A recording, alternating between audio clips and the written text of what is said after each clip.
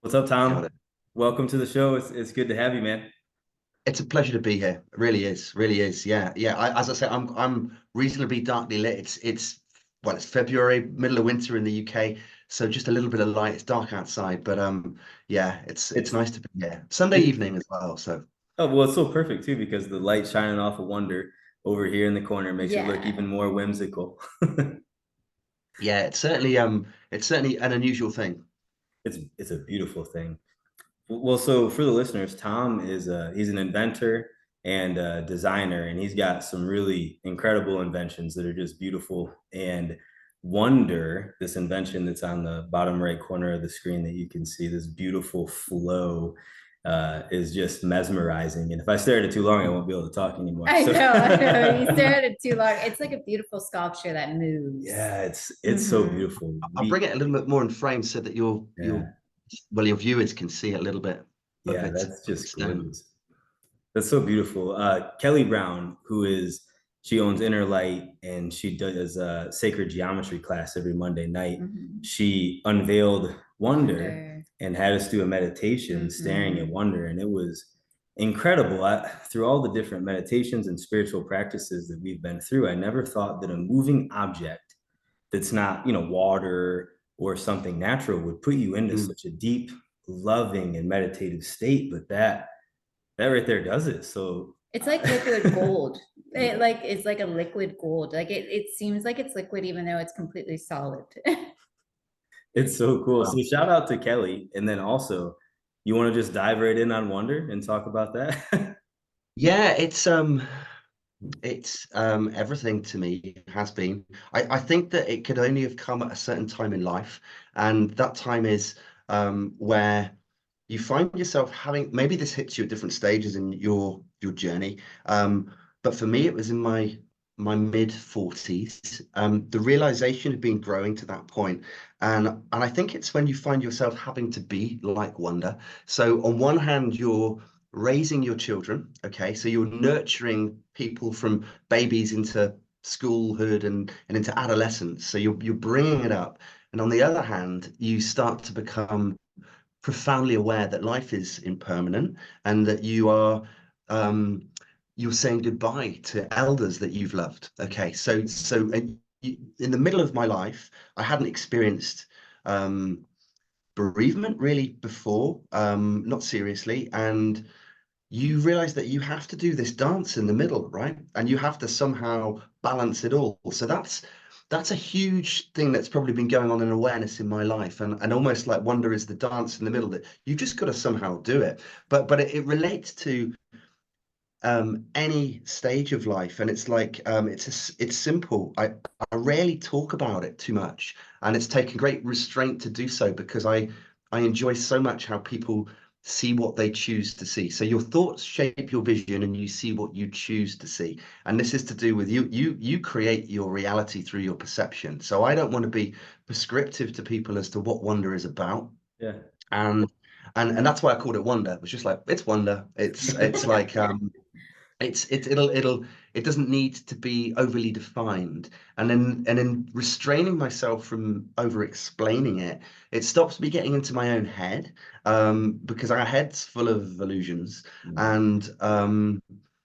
and it allows people to come forward with their own interpretations. You mentioned then it was like liquid gold, which is a Yes. wonderful way of seeing it, and it's almost was a surprise to me how beautiful it became as I fabricated it for the first time in polished metal. And so that realization had I got a video somewhere of myself in the first moment that I saw it first turning. And it was in my studio. It was through the second lockdown of the pandemic. So I'd had the experience and the insight. This was growing in me for some time before then. And it wasn't all to do with life and loss. It was to do with balance of polarities, of a sense of unification, of this expression that life's interconnected. Um, there's so many things that we'll no doubt go into, but the first time that I saw it work in reality, even though I'd imagined it, I'd drawn it, I'd modeled it, and then I had engineered it, and I'd animated it, and then I'd also tested it as models. But when it went to metal, it was just like this is something else. This is like it did something to me, and I was just like, I wouldn't say I was like goosebump, but I was just like, this is really profound. And actually, to start with, I wanted to keep it to myself. I didn't want it to share it I with don't the blame world. you. I was just Yeah. like, well, we'd in that first pandemic, we'd been through a I wasn't the pandemics, whatever that was, but the I wasn't drawn into any of the particular narratives. I just kind of try and take a step back from it all and let the world do its thing. And but we had suffered the loss of my wife's mum through that pandemic, and it was a torturous experience. It wasn't to do with COVID; it was to do with an illness. And I think in a way, you're there as a husband trying to support your wife. You're trying to keep the family balanced, and this became a really, really therapeutic project to put my energy into. So it like you know you're when someone's dealing with grief, you're trying to upload the positivity and but you're also making space for the grieving, and it became a tool within the kitchen that meant so much to me personally. But that was its execution in metal, and of course it actually started oh months and years before that. So it was something that I guess first really came to me clearly like this when I practiced um, a movement called Qigong, which I'm sure you're familiar with through Kelly.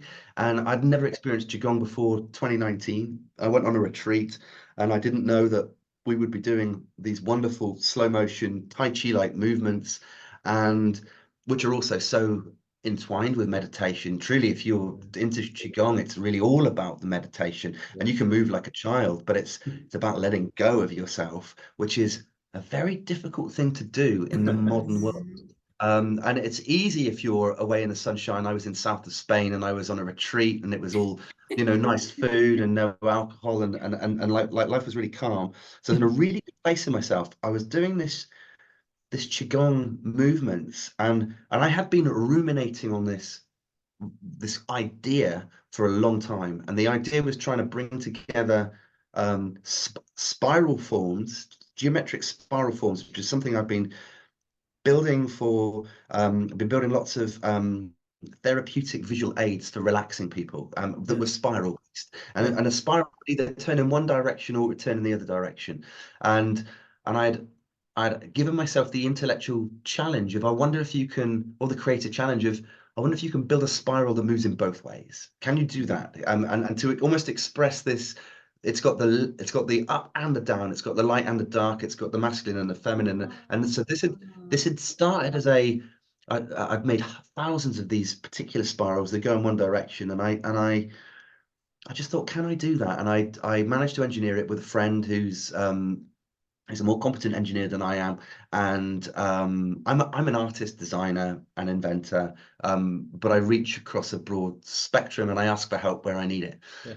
To but I'm also something else, which we all are, right? And there's a mystical element, and there's a soulful element, and there's a real desire to want to consciously create in a way that is gives service but uplifts people and helps them find this balance. And so doing qigong for the first time, we're moving around this movement space in a lovely retreat center, and I was kind of like I was imagining that we were holding Chinese ribbons Mm. and we do one movement here and one there, and I almost was like this is like all one fragmented, these are all like fragmented parts of this all-encompassing spiral, which is really interesting because now I've realized it. I have like Kundalini um, Yeah. yoga people come to me and go, this is the Kundalini spiral. And I'm kind of like, these things are all interconnected, you know. It's like what they say prana Yeah. in Hindu and it's chi in China, and it's I don't know what we have it in Britain, but it's this is maybe described as just weird. I don't know. It's but the but I profoundly associate with my own weirdness, and that's fine. But when I the journey of developing this is there's no reference points, right? So this came from feeling, and this came from feeling life force in myself. So the channels of chi in myself, which you can only really do if you're very relaxed, very tuned to your emotions, your mind's not too in control, and it came from meditation. So Yeah. it's wonderful that the benefit now is for it to be meditative, because that's exactly where it came from. And it was a feeling, and I was almost like on the best I could possibly feel. And I was like, how could I express that? And I'm not going to write a song. I'm not going to write words. I'm not a dancer. But how can I express that? Somebody who masters form. How am I going to express that so that people would feel at peace?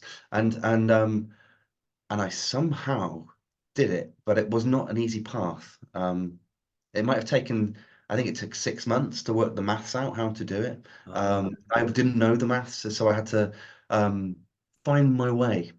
And then it's taken many years to express as a form properly and to build it as an object. And yeah, it's not just been a labor of love. I kind of, when I knew what it could be, everything in me said, you need to bring this to the world and people need to see it.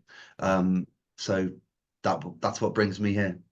It's gorgeous. It's so beautiful. It really is. I was gonna ask like what inspired it, but what inspired it was even more wonderful than Yeah, what than I I would have thought. thought. Yeah. Yeah, than what I would have ever thought. And then as you said, the spiral up and the spiral down, and I'm watching Wander in the corner. I'm like, oh my God, it is spiraling up as it's Mhm. spiraling down. And then It It's is, and it's interesting because it looks the same above as below. So if you turn it on its side, you yeah. see this type of shape. Okay, oh, and it's very different, and it looks the same from below as in that as it does. And I kind of say that the underworld mirrors the heavens, and wonder is the dance in the middle. So Yeah. there's something about it that transcends time. When you're an inventor or you're an artist or you're anybody, life isn't just one thing that happens that inspires you. I think it's a multitude of things. I think that I embody this shape, but then I think that almost all of life does. And there's a it's kind of quite well, once you do something, you start seeing it out everywhere else. It's like when you buy a new car and you go, it was unique to you, and then you're like, hold on, there's one, they're everywhere now. yeah. So once you express something like this, you then become aware of other people who are also in tune with the same kind of awareness and thinking, and that's quite a buzz from a conscious evolution sense. So I don't see myself as separate from anything. I think that we are all interconnected through a field. And some of us have areas of specialism and might just be on the shore break of that field, and that's my relationship with this. So there's no reference points, but since I've done it, I've seen lots, nothing that's so similar, but lots of understanding about the torus. And Yeah. do you know much about the torus? So Yeah. the torus is a mathematical shape that is self-regulating, and it's kind of found at all scales of the universe. So our energy flows like a torus. A tree does, the earth does. It has two of them, and so it's like a signature of life. Yeah. And I didn't go into it thinking that profoundly, I don't think, but on some level I had that realization, and then you share something like this, and you say nothing about it, other than some general introductory words to kind of explain it a little bit. And people just resonate. And so some people go, oh, it's an expression of the dynamic of toroidal flow, and they've like just got it. They're like, yeah, sure, it is that. Some people would see the signature of some of the strange attractors that are like constellations and movements of cosmic objects. And some people just go, it's a whimsical, lovely shape that's just kind of quite relaxing. And there is no rule. This is not an intellectual thing. This is Yeah, it's so just, artistic. I just a saw thing. someone left a review and called it that it was like a cosmic orgasm. Yeah, And I yeah, thought that's that's really funny. that's that's perfect. That's perfect. That's a lady called Paris Ackrell, who funny enough, I spoke to her this morning, and she's a wonderful woman that works in a sanctuary in Yorkshire. So another part of magical England, a place called Avalon, and she's one of those people that the project has brought to me or walk me towards, and that's what's really interesting, is like sharing. It's a bit like a bat symbol, and there's a very special club of people, from druids to Yeah. musicians to cosmologists to quantum physicists to anybody. It doesn't really matter, and it doesn't really matter where you put it, but it evokes something else, Hmm. and people either get drawn into it with their head. Some people go, "This is, I wonder how it's made. What is it materially?" And some people just like surrender and like it's just a really peaceful thing, and it makes them feel good. That's what I Um, did at first. I was asking Kelly like all these questions, like what did he make it out of? How long is the continuous loop? How did he come up with the shape and the design? Like I had so many questions, then I finally just shut up and just yeah, stared at it yeah. and was like, But oh, it's that's it. fun. That's it. We can overthink ourselves to the point where we just have to surrender. And yeah, you can mechanically pull this apart. I've made them so I know exactly what's involved. And in doing that, you lose something of the essence of what it is. So now I can't look at them in the way that people who didn't create it would look at it. That's natural, right? As a creator of something, how could Van Gogh look at the Mona Lisa with the Yeah. same sense of like how we would I experience see it? Just doesn't. you gave me Sorry, goosebumps not when you Van Gogh, said that. That's Leonardo. yeah, that's such an interesting like understanding like for the creator and the artist because you see every single ounce of sweat and love and effort that was put into it. So what I see is I see the finished product, but you saw it from beginning to end and maybe even future and yeah, so your Yeah, perspective is so different on that. That's interesting because I'm not very artistic when it comes to creating things like that. So to like get inside of like an artist and an inventor's head on that aspect, like that's interesting to I put feel myself in like, those shoes. yeah, I feel like listening and talking to you and obviously staring at Wander, it's like its own entity. And then as you were talking, and I was thinking, you were talking about the bat symbol and kind of like it weaving its way into other people's lives. Like here we are in Pittsburgh, Pennsylvania, in the US, and mm, Wander found us. I know, I It's know. like it's its own entity and it seeks people out and it's like, hey, we're gonna get in these lives.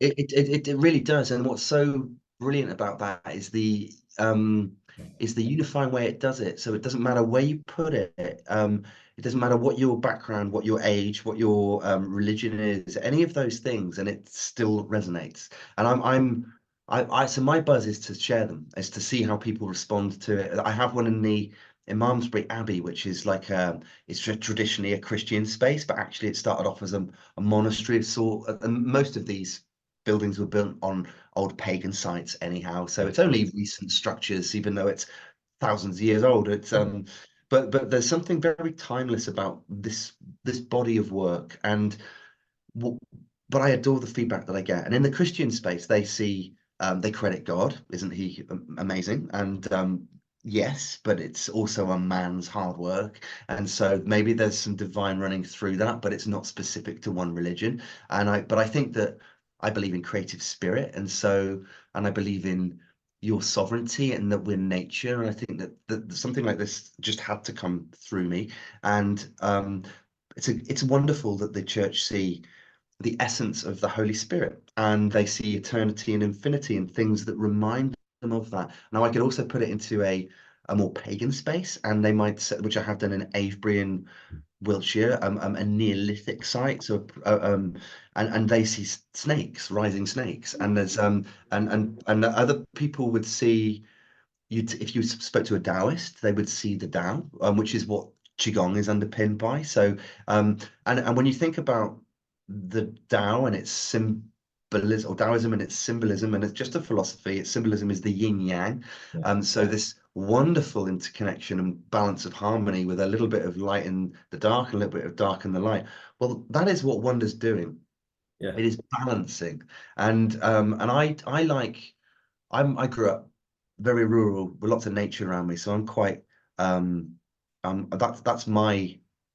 that's my kind of God really, the sun and nature and people, and in its truest sense. But I like some of the laws of physics as well. So I love that Newton's third law is karma. Every action has an equal and opposite reaction. It's karma basically, and so I've seen these connections between um, um, physics and spirituality. And I think these science and spirituality are joining up now. Yeah. That's not what this is about. Yeah. This is the dance, right? This is the thing that's just there to be enjoyed. And um you shouldn't get lost in the spiral of it, but one of the best compliments or best reactions that's come is someone's been looking at it and going, I'll bring it close again. They're looking at it and they go, is it moving slower? And it's like, that's wonderful because it's the same speed. It's always the same speed, but what's happening is they're relaxing and they're perceiving time as getting slower. So that's a wonderful thing, is that they are actually just slowing themselves down with it. And that's one of my favorite responses. Yeah. The, You the know, most the most profound has been from a guy called Dr. Ian McGilchrist, and so the bat symbol went out, and all these people came back, and one of them was this guy called Dr. Ian McGilchrist, and he is an eminent philosopher. He's one of the best in the world, one of the brightest minds in the world. He's You Google him and you'll find incredible work of his, and he's a man of incredible warmth and heart.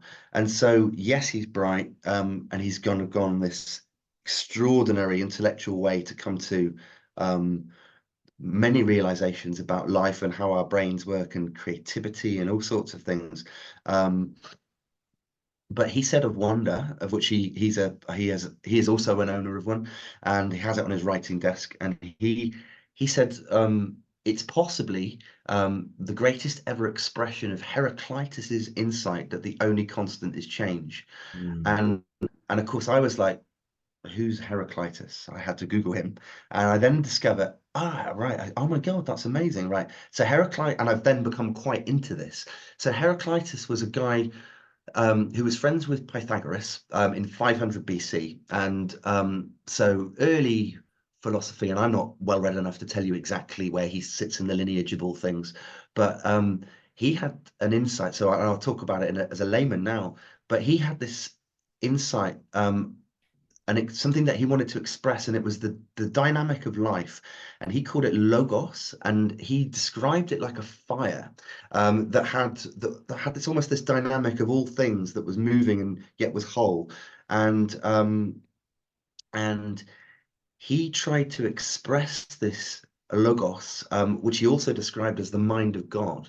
And in trying to express it, which 500 BC, you couldn't bend anything accurately. I mean, if he was friends with Pythagoras, they'd only just started working out how to work out the Pythagoras theorem, what the hypotenuse of a triangle is, all of this stuff was there. So really early days of geometry, so you could never have fabricated or even drawn something like this, but you could have imagined it. You could. We had the same philosophical meandering, and he came to probably more profound conclusions than I did because of what he was, the time he lived in. But I'm lucky.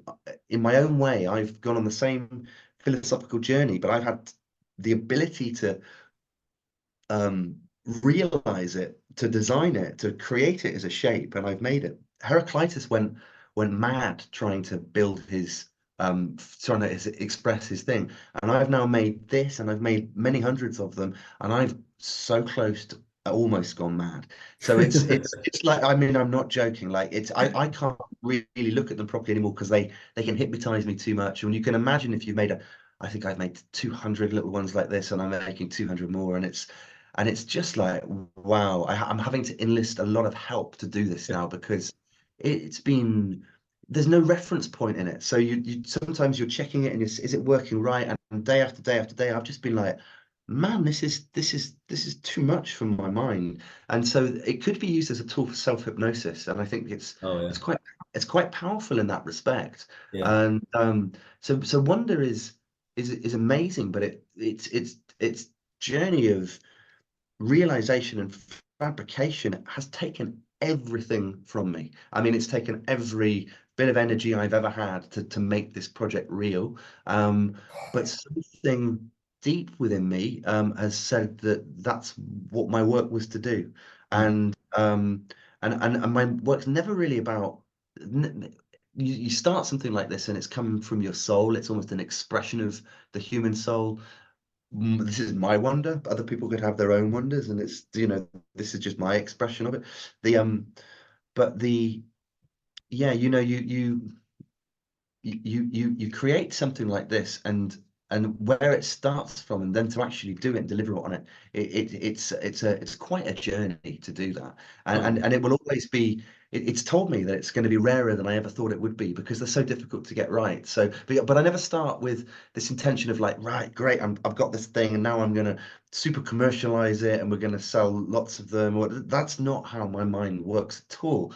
At the same time, it's beautiful. It does have really therapeutic benefits for people. I want to make high quality tools that allow people to relax. And so I want to build a thriving artisanal business as an artist, more artist than inventor, out of this and serve the world with it. So it's lovely to share it and to talk about it. I'm thrilled that Kelly's got one, but they are rare as gold dust. And and I also have, in being smart about it, I have it's patented as well, you know, because I Yeah. was like the world I'm an innovator, so I've had it before where I've had my brilliance stolen by less scrupulous or less creative or less original people, and that's difficult to recover from. And so I have a fully granted US patent on this now, and I hope that gives me the opportunity to recoup myself, to rebuild myself, and actually get back to the state where I was when I first conceived this, because this came from the mind, right? And to do it, it drew me everything from me. But I actually rather like to get back to the place where I didn't even need this. I just felt the feeling, and the feeling comes from being loved, I think, and loving people and being relaxed, and we can all imagine wonder in a way. But it was it was it came at a high cost to do this, Yeah. and but then that was my work, Yeah. and I think we all in some way find our work through life, and you don't always necessarily know what it is, but I promise you I only ever followed intuition on this. It was a sense of like, this is what I must do, um, stubbornly so. And now it's a case of realizing its majesty and its wonderful effect, and actually turning that into a business that serves people in a really quality way, and in that way that serves my family. So that's what I want to do with this now, is they've put so much into me, and to allow me to get to this place that they now deserve the rewards of this, and then we can expand that into wherever else and whatever it needs. But my needs are pretty simple as a person. I just want to feel free and creative, but I would like to enrich my family for sure. Yeah.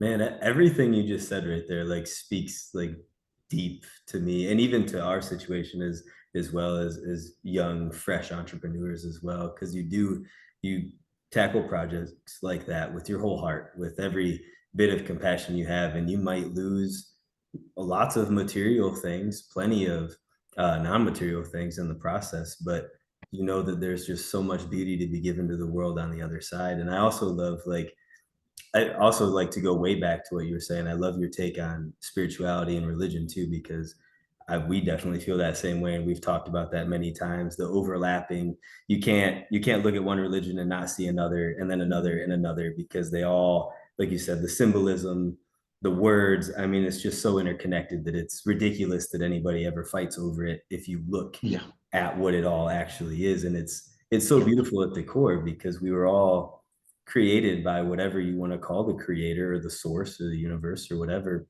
but to be creators. And so when you are being a creator and mm, inventing and being artistic and innovative, you're living in that, like I would call God energy, but you're living in that energy, that cosmic energy of your fullest expression of your life force. And so then you can create such beautiful things like wonder That take a lot of that take a life lot. force to Mhm. create. It's that take a lot of life force to create. Well, you know, it's funny.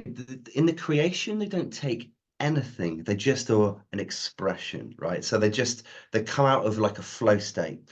So the actual conception, the conceiving, the creating is the imagining is free and easy, right? And I live for a long time just imagining this thing and making me feel good. But then there's something in you that goes, got to make that real. I can't, that just can't just stay in my head. That's the hard It's part. like that's got to become something. Yeah. And then that's a hell of a next commitment as to how you're going to do that. And then you manage to do that and it's not quite right. And it's been very hard work to get it right. It took 6 months to get it right. And you're just like, right, now I've created it as a piece of geometry. Right now I've got to make it as a physical thing. Oh my God, that's another load of effort. But then there's a reward that comes back at every one of these stages. Like the first time you saw it as an animation, then you see it as a physical thing, then you see it as so they move along. But definitely in life, in creative life and spirituality business, you can get lost. You can get lost and you can miss the point. And I've definitely done that. The world is, there's a where are our imaginations? They can go beyond time. They can go backwards. I can imagine what the world would be like in 50 years, 100 years. And I won't get it right, but I can imagine with my intentions what I'd want it to be. And so you have to be realistic with imagination. And I perhaps lived for many years with the, what do I say, with the eye to the telescope of my imagination. And I'm trying to bring myself back to earth a little bit more now. So just kind of get real a little bit more and actually and there's nothing like building a hardware project to actually get yourself real. It's like actually it's hard work and you got to physically make them and deliver them and move them and I'm totally self-resourced in doing this. So it was the striving and success of one project, which was all about these one directional spirals called uplifts. It was the success of that allowed me to have the confidence to move to something that was more profound and special. And but yeah, so the stepping stones. You don't just jump straight into this one from word go. You build up to it. But it's an interesting one because I now don't look to it and go, well, I've got to improve this. I'm just like, dude, it is what it is. What you've got to now do is take care of yourself. Execute it faithfully, not try and push it too much. It finds its way, but at the same time, we all face commercial, industrial, real world, three-dimensional challenges that don't live in the world of imagination, and that's a very hard bridge that you have to cross. But that's the bridge of an entrepreneur. That's the bridge of a any company founder, anybody with a vision who says, I'm going to bring something new to the world that doesn't exist yet in this way, and I'm going to do it. And it's like, unless you've done that, you have no idea how difficult that is. I mean, I look back through history and I see some of the true inventions that there Oh were, yes, some people and get it's murdered, just, and yeah, inventors kind of have it pretty rough. They either get the really good ones get shit stolen from them, and sometimes they end up yes, like crucified. Essentially, I yes, mean, yeah, the yeah. inventor's role is necessary, but It's also brutal. Yeah, but also brutal, and it's taken every bit of resilience, strength, creativity, hard work, and determination for me to make this a reality now. And it has come at costs. It has come at costs on Yeah. a personal level. It's yeah, it has.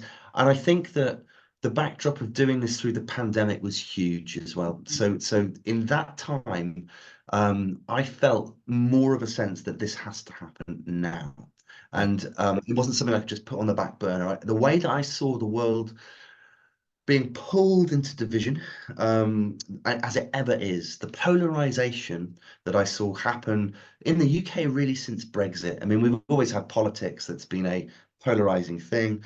From being children at school, which football team do you support? Well, I support this one, I support that one, and it's like the world is, but that's playful and that's cool. But we've seen this in except I never had a particular one. I would just actually I was not very good at football, but I also never minded who won that much, and that you don't get picked for the side if you're not that bothered about yeah. whether you win or not. And and I was competitive about different things, and but certainly in the UK when the Brexit thing happened and we saw ourselves move away from Europe. And I didn't hold a strong position on that either way. I became I voted the way that I voted, but I wasn't. It was like I wasn't tribalistic about that. I actually intentionally voted the opposite way my wife did. If she'd voted one way, I would have gone the other. If she'd voted that way, I would have gone the other. And that was how it is, because we were talking, and it was like we could see both sides. Yeah. And I think there's an art to that as well, to being able to hold a middle space. People used to say, I know Matthew McConaughey's really good for that now in the States. He's kind of the middle road kind of thing now. Yeah. It was always a negative thing in Britain. You're middle of the road. It's kind of like this sense of like, why aren't you on this one? Why aren't you with that one? But I'm not like that even with wars. You know, it's like there are dudes, if you know the horror of it, there are casualties all across this. And if you know sure, there are certain times when certain things need to happen, and life does have fights that need to happen. It just does. But if you've truly been in a fight, you don't ever want to be in that situation. If you, Nobody I really can't. wins. Nobody really wins. You broke your hand. It's like there's nobody actually wins that.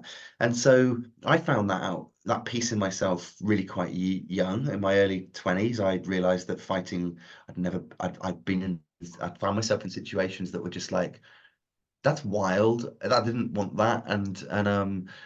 And who won here? Nobody won here. This is just a mess, and it's like a lower form of yourself. But you're young and you move through these things. But that applies to the whole of the world that's in this fight and this competitive kind of game. And when you see life a little bit beyond that, which you do, you see religion as like the same thing. And we are humans on a planet that actually really need to galvanize together and sort out these tribalistic, nationalistic, political issues. So in the UK, when Brexit happened, and I saw the division that it was causing in people's egos, really, I think that I sympathise to both sides of that story. But if I was truly honest, I was just saddened by the way people identified so much about themselves through that political discourse. And perhaps I understood that as well. That's kind of like fine. That's just, that's all right. But I didn't think I was just you just search for, how are you going to heal this? How do we move beyond it? And as I say, my so for a long time, I was ruminating ways in which to make this happen, but I didn't even know I was trying to do it. And then the pandemic came about, and we saw even more control. There was division over, did you get the vaccine or didn't you? Are you Black Lives Matter or not? And again, I never really had a position on all of this. I did what I do, and other people do what they do, and I might be the same, I might not. It doesn't really, just doesn't matter. And and and so, having had this in my mind's eye through that, I was like, this symbolism is going to be important for us now, and in order to break the illusion of separation. And the separation happens when you're afraid of something that's not you. It's kind of like, so I was deeply searching for something that was unitive and this is exactly what happens. You put wonder in a space, and doesn't matter who you are, what your inclination is, what your race is, what your background is, what your religion is, you will see what you choose to see in it. And that's a powerful thing. And so there was this real urge to go, Tom, what you've got to do is you've got to make it really well, and you've got to share it really beautifully and let people find their own conclusions. I don't have the answers. I literally don't have the answers. And sometimes something is right and something is wrong. And I am not the person to hold the wisdom of the world at all. But I like to take this balanced perspective and find a middle way. And that's not saying I don't have values or beliefs or certain things. I just trying to find a nature's path. Yeah. And Well, the middle way is a way. A lot of and people, yeah, it's like the healing. it It's the is. Yeah, healing. people wanna like chastise people that say like that kind of play it neutral. But realistically, I believe the middle way is probably the way, because you're open to the way other people feel. You're empathetic. Yeah, and you allow them to see and act the way that they wish to, which is, in the States, it's, the right to pursue happiness. And essentially what that means is like you play the middle road. Like you have your own morals and you can defend your own morals with your life if you choose to, but so can Tom, so can Caitlin, so can everybody else. And so then yes, if you believe that that's the case and that everyone can defend their morals with their life, then you have to understand that your moral is not so important that you're going to risk your life like to fight with someone else's moral. And then so you can shake hands and understand that you don't have to agree. And that's the middle road, and you can Yeah. still be friends. You don't have, there doesn't have to be war, there doesn't have to be conflict. No, no, that's it, because it's all within yourself anyhow, and it's Yeah. and it's and it's and it's really, for me, it was all about returning to a state of peace. That's what we want. Yeah. That's and then there is a we've seen various wars in the last couple of years, and I kind of quite like the idea that my work is to make peace machines. So we have a whole industrial complex that's spread through the whole of NATO. They have one in Russia, they have one in Korea, they have one in China, and everybody feeds off theirs, and it's very, very profitable, and there's lots going on, and it's all fear-based, and it's kind of like there's something beyond us, and I it's not a romantic dream of finding peace within our lifetime. That will never happen, because there's always this dynamic, but you can find peace within yourself. And so if I'm going to do something, it's going to be to support that higher value. Do And if you I'm going to serve, yeah, it's so if I like the idea of making peace machines when the okay. world is going crazy and is going to war. It's like, if I played the piano, I would just put the piano somewhere really beautiful, and I'd play it, and I'd make people feel good, or whatever. If I was a comedian, I'd be able to say funny things and lighten up a room. That they're not my skills, but but making something is. And so there's plenty of us trying to find and spread and share that middle way. And yeah, yeah. Our dog just started barking. We're gonna cut Oh, this that's fun. off. That's cool. That's cool. There must have been someone walking. You know, honestly though, I'm staring at Wander in the corner of the screen, and I noticed this earlier. It makes a constant figure eight. Yes.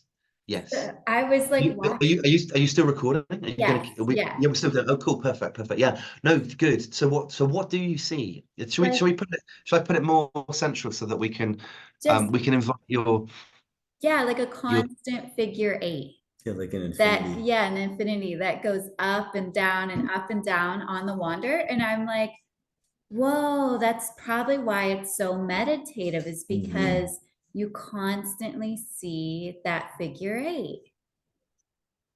yeah, and certainly in Hong Kong and China, that's a huge thing. So the eight is apparently, it's and this year it's a huge symbol. Yes, the It's so ring of entwined with dragon. infinity, so entwined with infinity. Um, yes, there is the eight, and um, yeah. I'm So curious, Tom. Like when you were a kid, Hmm. were you always a tinkerer? Were you always tinkering with stuff and inventing things? Did you know you were going to be an inventor and designer when you were a child? I probably, yeah. My dad was an aerospace engineer, Oh, and nice. so, but not that he would bring his work home with him. He worked for a big aerospace company, but I would know that that's what he did, and I knew that he had a really good, really good engineering mind. And I respect engineers more than pretty much anybody else, because they're the people that actually get shit done. They build things. The rest of it's imagination, but they actually can actually bring that to life. And we all have a role, but engineers are, you get rid of them, we have some problems. Like, we have some real problems. And so a really overlooked industry in the UK particularly. But my dad was an engineer, but at home he would um, fix things. So I would break a toy, and he would. It wasn't that we didn't lack the money. It was just the way we didn't live in such a consumer world where you just go, oh, that doesn't work, throw it away, get a new one. It was the common sense thing to do. So he would. I'd broken this toy, and Dad would take the back off and understand. Oh, it's that the wheel. This bit's broken. That bit's why it's not working. And I'd sit over his shoulder as that object got repaired, and I almost understood um, reverse engineering to an extent of seeing things fixed in front of me. That's really interesting. And then the approach of possibly him doing DIY at home, so making stuff work, all fed into a sense of um, uh, understanding inventive language. Um, he is also a a self-taught jazz pianist. So this is an interesting mix with that as well. So and my brother's a talented pianist as well. So I grew up with musicians in the household, and I'm not, but there's something about Wonder that's very musical. As a Yeah. shape, it's a very musical shape. Mhm. And the one thing about musicians is that they don't force their work, they play it, right? You play music. And actually I've tried to take that approach with design and engineering to be more playful in my approach to it, certainly in the conception of it. It's like there are no rules here. You can play and experiment.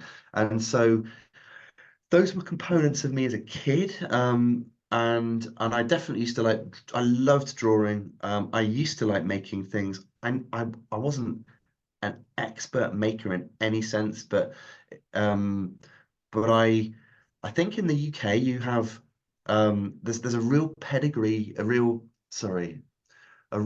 legacy for high quality manufacturing, and we've lost so much of it. But you know it through certain brands and certain products that have longevity that have really changed the world. And so part of the pride of being British when I was little was knowing, gosh, that brand, it's all over the world. It might be Land Rover cars or something like that. And you're just like, we make them well, right? We do these things and they're well, and they change the world, and they that's how people adventure to the Arctic, or that's how this war was won, or whatever, from these or this high quality luxury good that's perceived as I don't know, the high levels of society, or whatever. There's invention is part of um the Isles of Wonder, which is, as I see, the United Kingdom, these Isles of Wonder, and it starts in little villages, and it can come to any child. And so I was a kid with a lot of imagination, and I didn't become cynical as I grew up, and so I tried with ideas, and I've had some successes, and I've had some really cool. Um, I couldn't have built confidence as an inventor without those, but I've never had that great win. I've never had that. I've never found it easy. I found the creation easy, but doing it practically, and I've always been under-resourced, like financially, never had close to having the money that I would need to do something like this. God bless crowdfunding. So the advent of Kickstarter was huge. That enabled various projects that I've been allowed to happen. So for me as an inventor, and I'm you know, I've never been attached to resources of the level of wealth that you would need to start or create something like this. And I've never known the language of high finance to bring kind of venture capitalist investment into my work. I'm a creative brain, and I've worked with some really brilliant other entrepreneurs along the way. But this project now does deserve to be invested in, and it does deserve to become something more. And I'll take it as far as I can. But there's only so far this little boy with this great imagination and all the hard work in the world can actually take something like this without the world also going, we want to help you do this. And so that's the stage I'm at the moment, is how do I go from being an inspired creative who's smart, who's protected it, who's taken it so far, who's developed and nurtured a product, but I want to serve the world more widely. I think it has extraordinary therapeutic value for people that go beyond it just being a nice art object. And as you say, if the world needs to learn to meditate. And what's great about this is there's nothing smart about it. So it doesn't have, it's essentially, it's incredibly advanced geometry.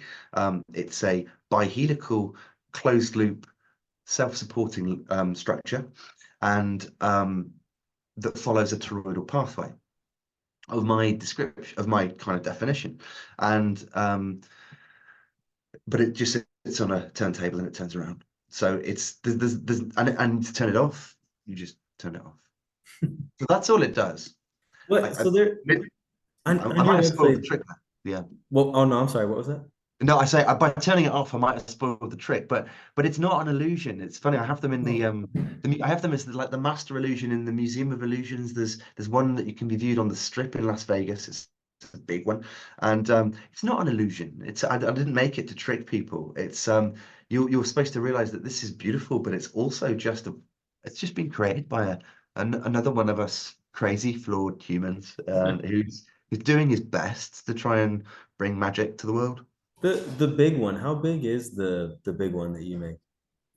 So I've done the I call this, so this, if this is Wonder, then I do a big Wonder, which is maybe 2.5 times the height of this one. So it's, and of course when they scale volumetrically. So it's not just 2.5 times the height, it's all three-dimensional proportions of it. So it scales cubically, and so it feels much bigger. And the big one I have in Malmesbury Abbey, and it has enough presence in there to feel not lost in that space. And then I've done another one which I'm doing at the moment, and that was a commission for a private individual who said, "How big can you go?" And that one's a meter tall. So volumetrically, I think it's 127 times the volume of this. So Wow. it's huge. I'll show you a picture because it's Yeah, that's enormous. quite a thing. Um, it's quite a thing. So this is what that looks like. Wow. Yeah, that's Whoa. the one I That's saw on your massive. website. That's That's incredible. massive. And the one that's in Malmesbury Abbey is like, it looks so impressive. Oh, Oh yeah, wow. that's gorgeous. It looks like it so That's belongs there.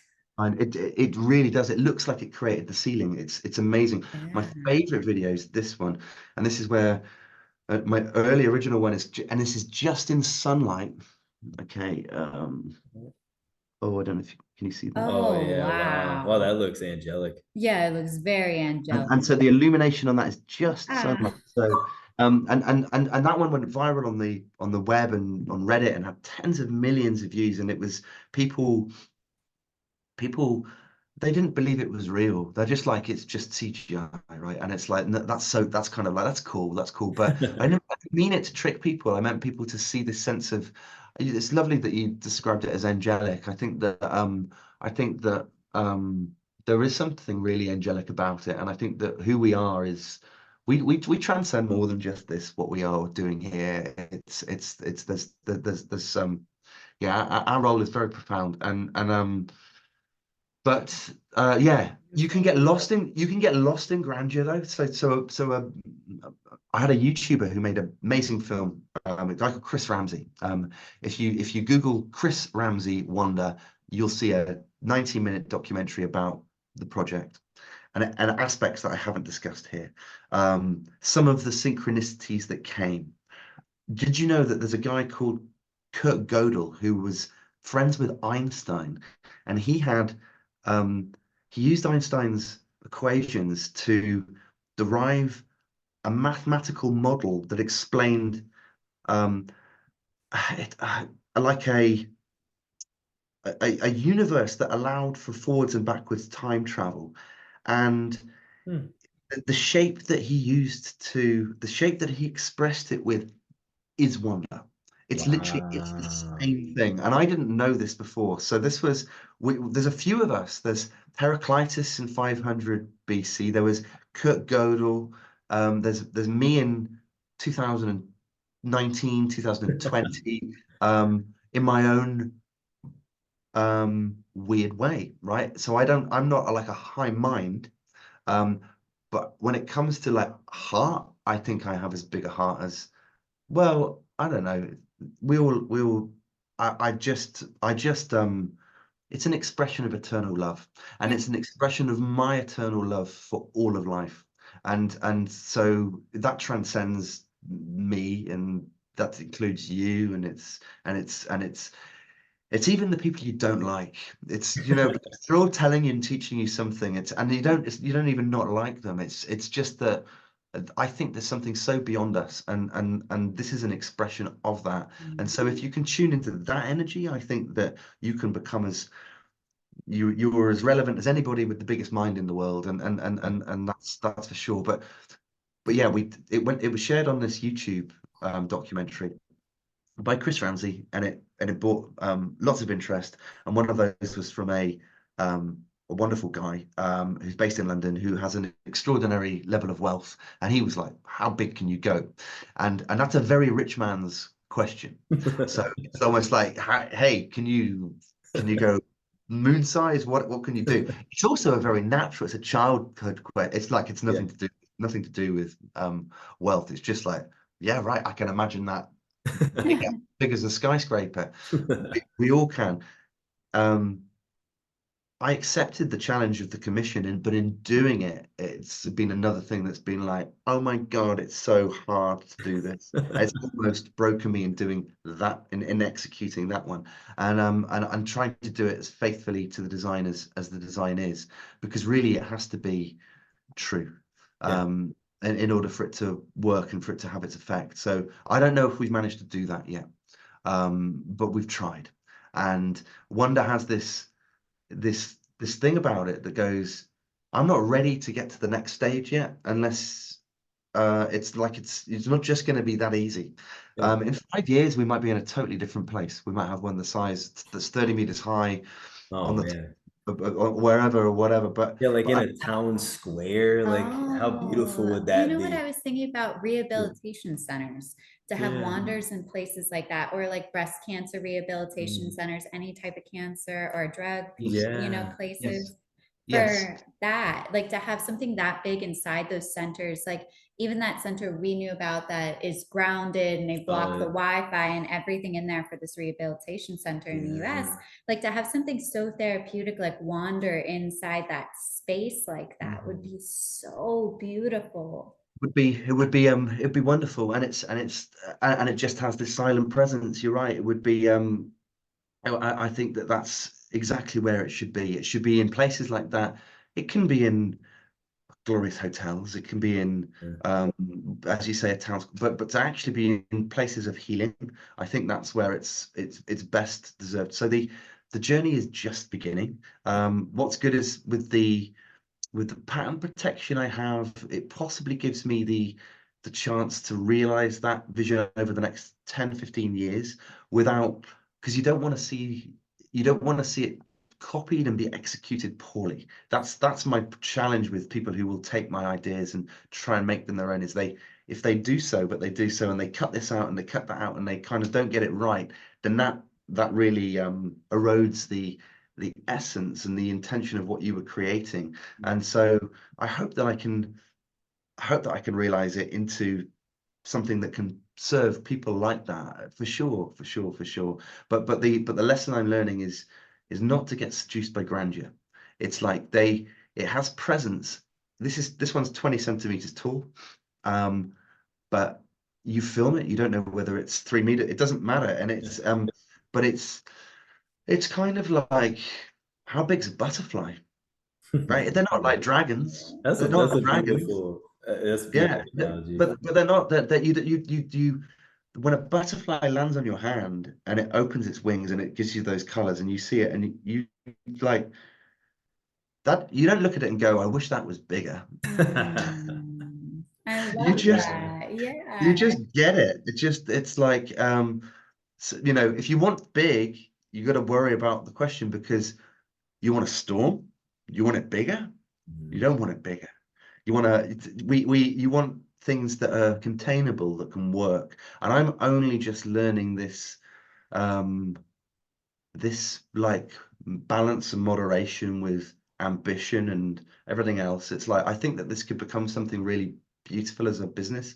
Um, business is the wrong word, as a service, as an act, but let's call it business, because business it should change its it shouldn't be a negative thing at all. Business it's a wonderful thing. And actually America's so the good businesses are so wonderful in that respect. Its service and its quality and its legacy. And um so I think it deserves to be that, but it shouldn't race to become more than it actually is. It's like, we can all imagine 3 meter tall versions, but we can't I can't industrially, I can't do that yet. And so I have to be patient, which is difficult. Yeah. I Yeah. love the, like you were talking about that scientist, I forget what you said his name was, but having it on his writing desk. Yeah, And I I thought, love Yeah. that how too. that's so beautiful. Like I'm a writer as well, and so is Caitlin. And like I could just imagine as you're sitting there and maybe you hit a block or something and you just stop and you just look and wander for a minute, and then your mind wanders and you could catch back up on that It topic gives or a you new topic. space, Yeah. yeah, to create. It holds that space for you. Like Wander holds the space that like a human would.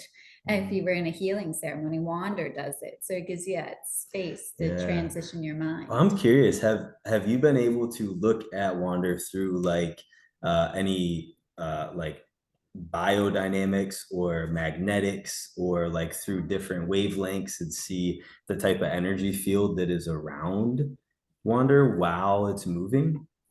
Uh, no, but I have worked with energy healers who have doused with it. So no, not in a scientific sense. I've Yeah. done things with my work where I've looked at the neurological brain activity when people are going into states of relaxation, Mhm. not so much with wonder, but with other sculptural work. And I've seen an instant movement from into a theta state of mind, like literally like it just arrests people into relaxation Yeah. in the way that nature does through its patterning, through soft fascination, which is like when you see leaves moving or water reflecting or the shape of the clouds. We key into these geometric shapes and they naturally relax us because they're not stressing the brain. So I know that my work has that effect. I don't know quite where wonder takes you. I think it potentially takes you. I think it could take you if your mind were Alpha. guided or in the right way, or you could. I think you could go into like a quantum field with it. I Yeah. really you can. Oh Um, yeah, if you looked I, into it long enough and yeah, maybe combined it with like you were saying, like qigong that brought you to that shape. yeah, Yeah, if you combined it, I bet you that would be like the one we did in Kelly's shop, Kelly Brown's shop at Inner Light. We just meditated, and that was deep and powerful looking at it, yes, but it wasn't anything really special as far as the meditation goes. But yeah, I could imagine if you combine that with like a cacao I was just gonna ceremony or a say plant cacao or medicine even or yes, yoga, like yeah, yes. something breath like work. that. Yeah. Yeah. To, Oh, it to, would probably take you really deep. Oh, Yeah. breath work, Totally, like totally. somatic breath A, work. a number of people, in fact, I have a very good friend who was in my workshop as I was developing this. He's a druid and he spent a lot of time on mushrooms. And I really enjoyed his company as almost like a creative muse through some of the realization of this because he could go places that you don't just go, Yeah. and that was really interesting. So I felt he got it in certain ways, and that was important to have um, somebody that could understand why I was doing what I was doing. At Yeah. the same time, my the first time I expressed this to my dad and I said what I was doing, and I might have shown a drawing, I might have just explained it. He said to me, he said, "Oh, I've always been fascinated by the dynamic of toroidal flow." And I was like, "When you never said this, how would I didn't even know what it was." But so he was aware from an intellectual perspective of the of some of the magic and the mysticism and the interconnectedness of these fields. But the so no, I've not done anything scientific with it yet. My studies are all social science, Yeah. like just enjoying it, and I trust that a lot. Um, but the but I did have somebody who did a Reiki Yeah. Yes. Reiki's practitioner, somebody who incredible. was really in tune with their own energy, who Mhm. did some dowsing on it, and so had a pendulum.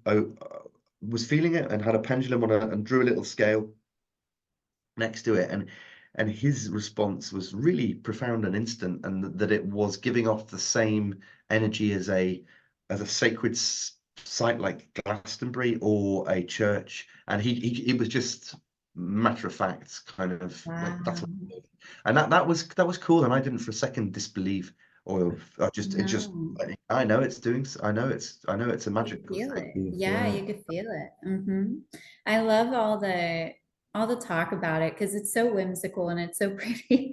And I feel like listening to all your work, like because we got to meditate on it and now meeting you and listening to your work behind it and realizing how much love has went into this creation and how many hours and years and everything like that. Now, when I look at it, I will now think of it with that. And I think that's so beautiful, because to birth something like that and to pull it down through you and just seek it out. And even when it is wearing on you, and like you said, everything that is of such high value to bring to humanity, it is of that cost in your life.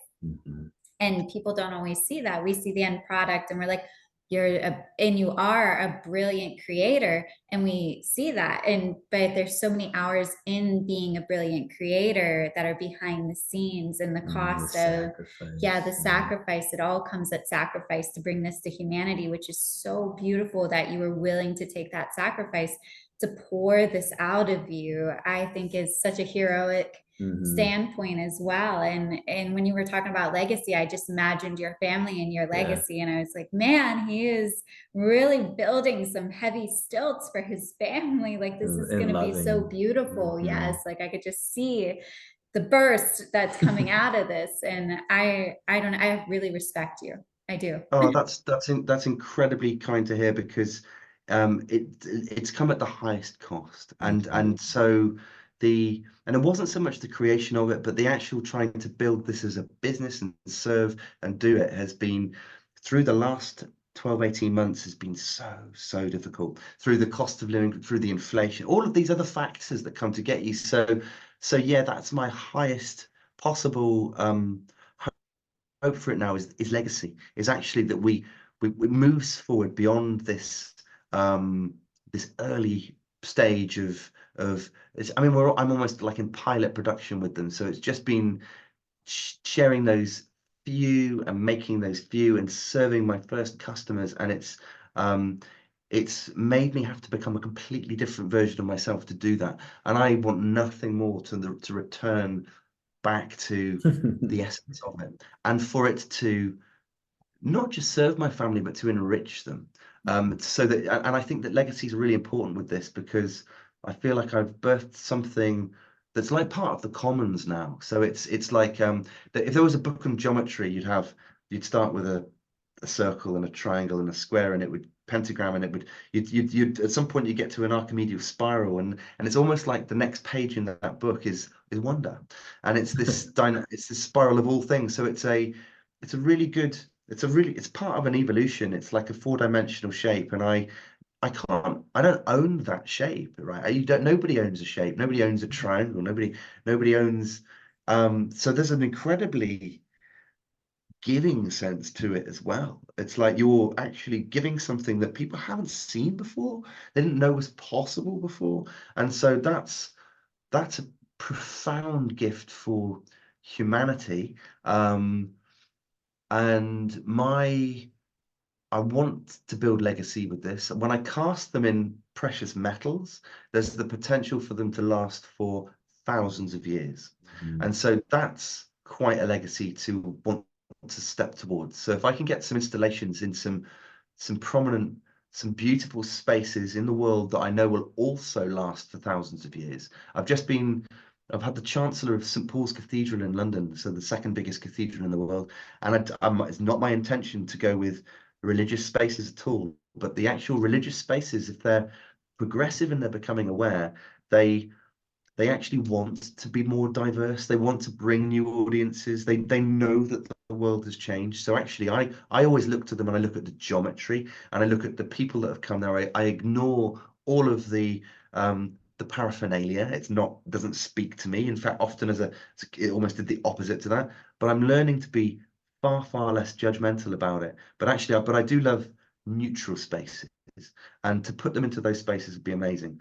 I'm in conversation with a professor, is called Mazim, and I can't pronounce his surname off unless I read it. And he runs the Centre for Peace and Unity in Bethlehem. And just before everything broke out in there, so this is me trying not to be religious, but I reached out to him in early November, and just as things were going crazy there, and I reached out to him because I found that I was wondering, is there a space in Bethlehem that it isn't political, that isn't religious, that isn't to do with that? And I found this place, and it's a a center of natural sciences, and it's for children.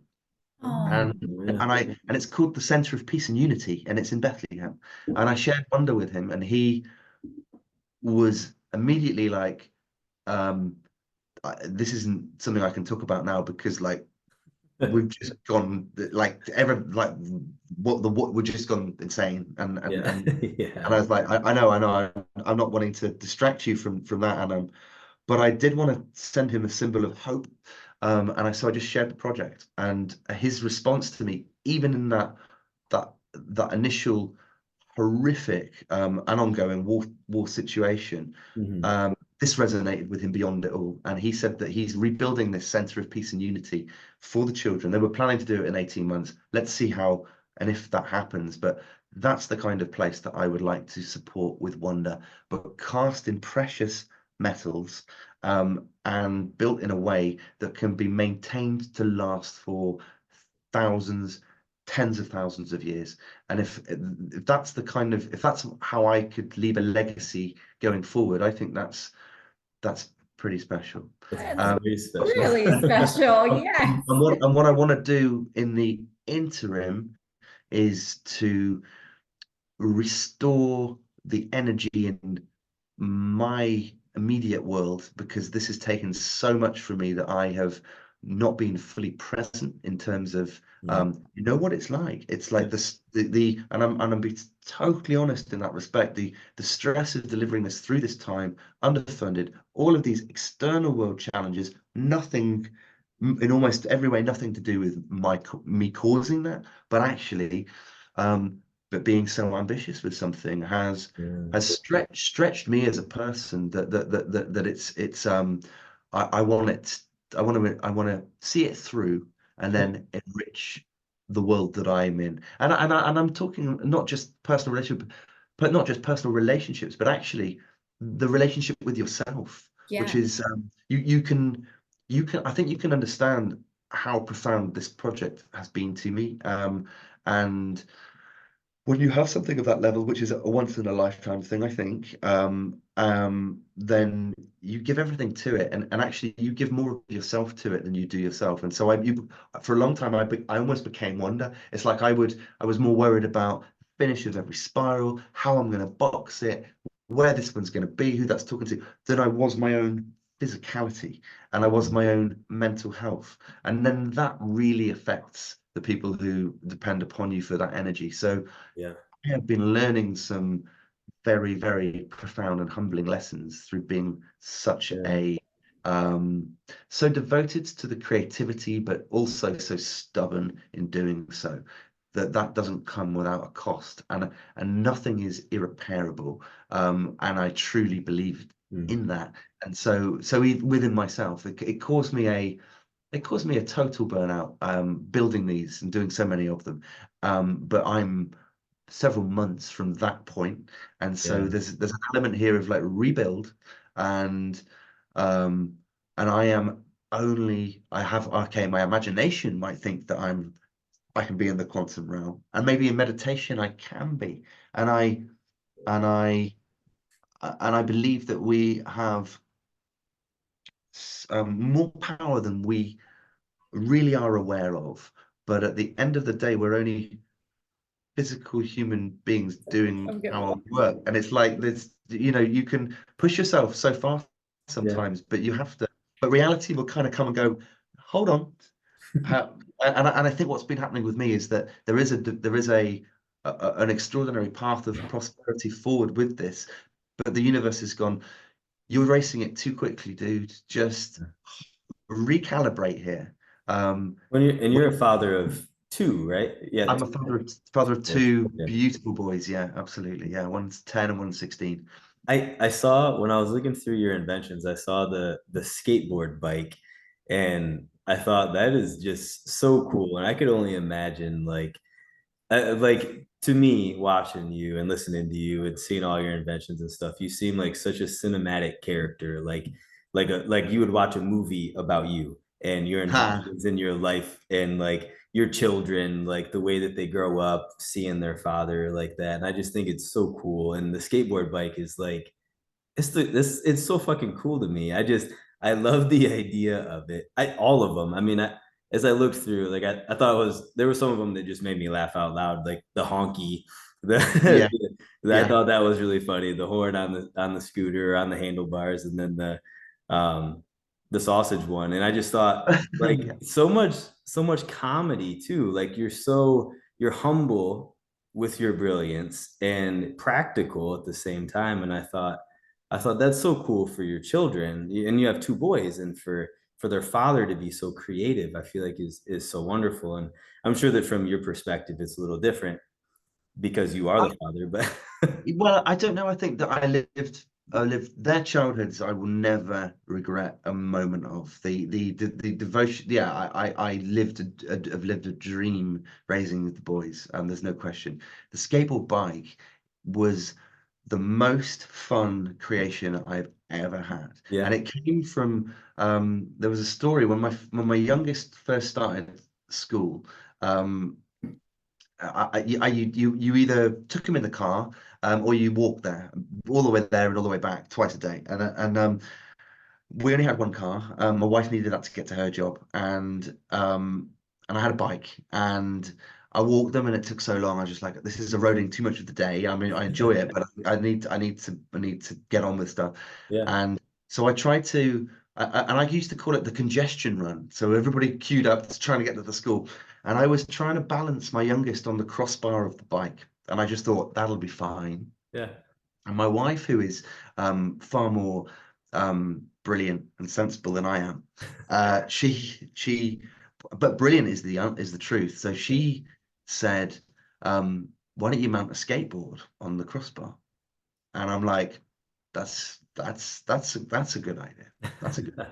And so we took the trucks up. So then, of course, I got young Barney, who was like 5 or 6 at the time, to get involved, like my dad would do with me. So Barney, unscrew the trucks. So he does that, and we would bind it on there, and it becomes a project we do together. Yeah.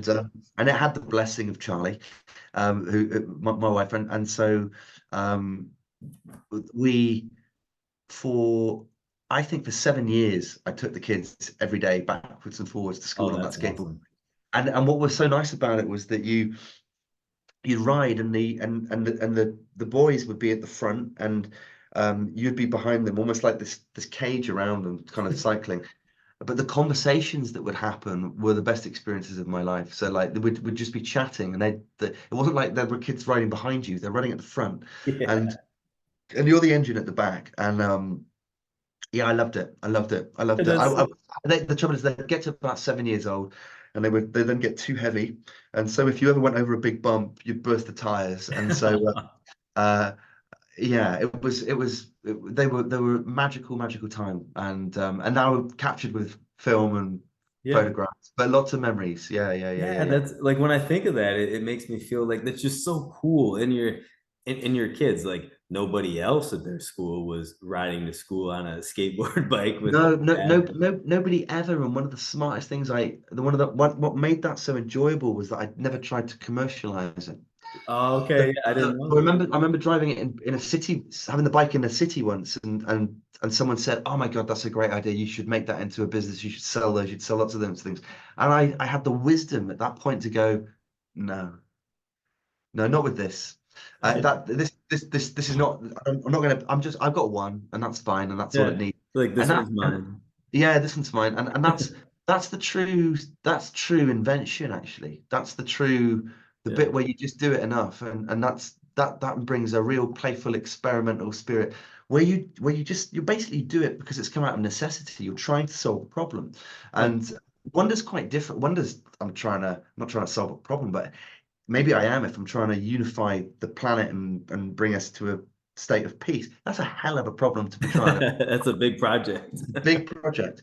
But as you grow and you're professional and your confidence grows and your capability grows, and when you feel loved, you you can really feel a sense of like infinity. I can achieve anything. And so Yeah. yeah, but the skateboard bike was the best. I'm so pleased that you picked that. Oh, I thought that was It so cool, so whimsical. Like that was when it started making me think like cinematically, like of like a movie, like, you know, that type of childhood and that type of like for you being this like it makes me think of a movie like, you know, the dad that's the inventor and he's creating all these things and you're riding to school on this crazy skateboard bike that no one else has ever seen before, and just how cool that is and how special that is for you and for them. Like nobody else can relate to that, and so it's so No, unique no. that I just I think that's so cool. I really Well, it'd be we'd I I did have a TV show 10 years ago, a primetime TV series that was around about that same time, and um and I learned through that hey, wouldn't it be wonderful if the story, if my story sees it through and it's true, and I get to write my book. That's really something that's powerful, and I would love the one day to be a film. It might be even better as a Pixar animation. Who knows? yeah. Oh, that oh, that Um, would be so but cool. the but also my son, my eldest son has a friend with the same blue eyes, so he could easily play me as a young man, and There you go. but the Mm. yeah, you know, I remember doing TV with it 10 years ago, and there was a show based on me and my character, me and my character, me. It was authentic to me, but I realized that there was a transition, there was a trade-off in that. I didn't really like losing my anonymity. I found that Yeah. there's something about true creativity, for it to come through you, it has to, you've really got to be quiet in your mind, actually. And so I like being anonymous, and so yeah, film would be great, but it doesn't need to be a film about me. It's It like, doesn't need to it's be the power of, titled. Doesn't have to be well, it titled can be. It can. online. Well, I hope it. If it does happen, I hope it's not humorously. I hope it's like. I hope it's fun and we all get to enjoy it. But yeah, yeah. If any film directors are watching and they want to run it, we've got so much material. Oh, it'd be so cool. I saw that on your website. It was a boat, right? You turned a boat into like into a boat house. I saw that. Yeah. I didn't dive into it too deep because I got Oh, mesmerized it's okay. by everything else. Yeah, it was fun. It was fun, but it was not true invention. It was television. It was a Yeah. constructed reality, and so but it was fun, and it was, the intention of it was really positive, to inspire people to use their imagination Yeah. more. But it was um, I struggled with it, like, because you start to get into a world of illusions where you project an image of yourself that's perhaps not quite truly who you are, and I found that difficult to kind of straddle, if I'm honest with you. I really am just who I am, and I can't fake it very well. Sometimes you have to in business, and you here and there, but but I can't creatively fake it. I just like lose my soul so quickly, and that doesn't mean I'm not prepared to do things that I don't want to do. But I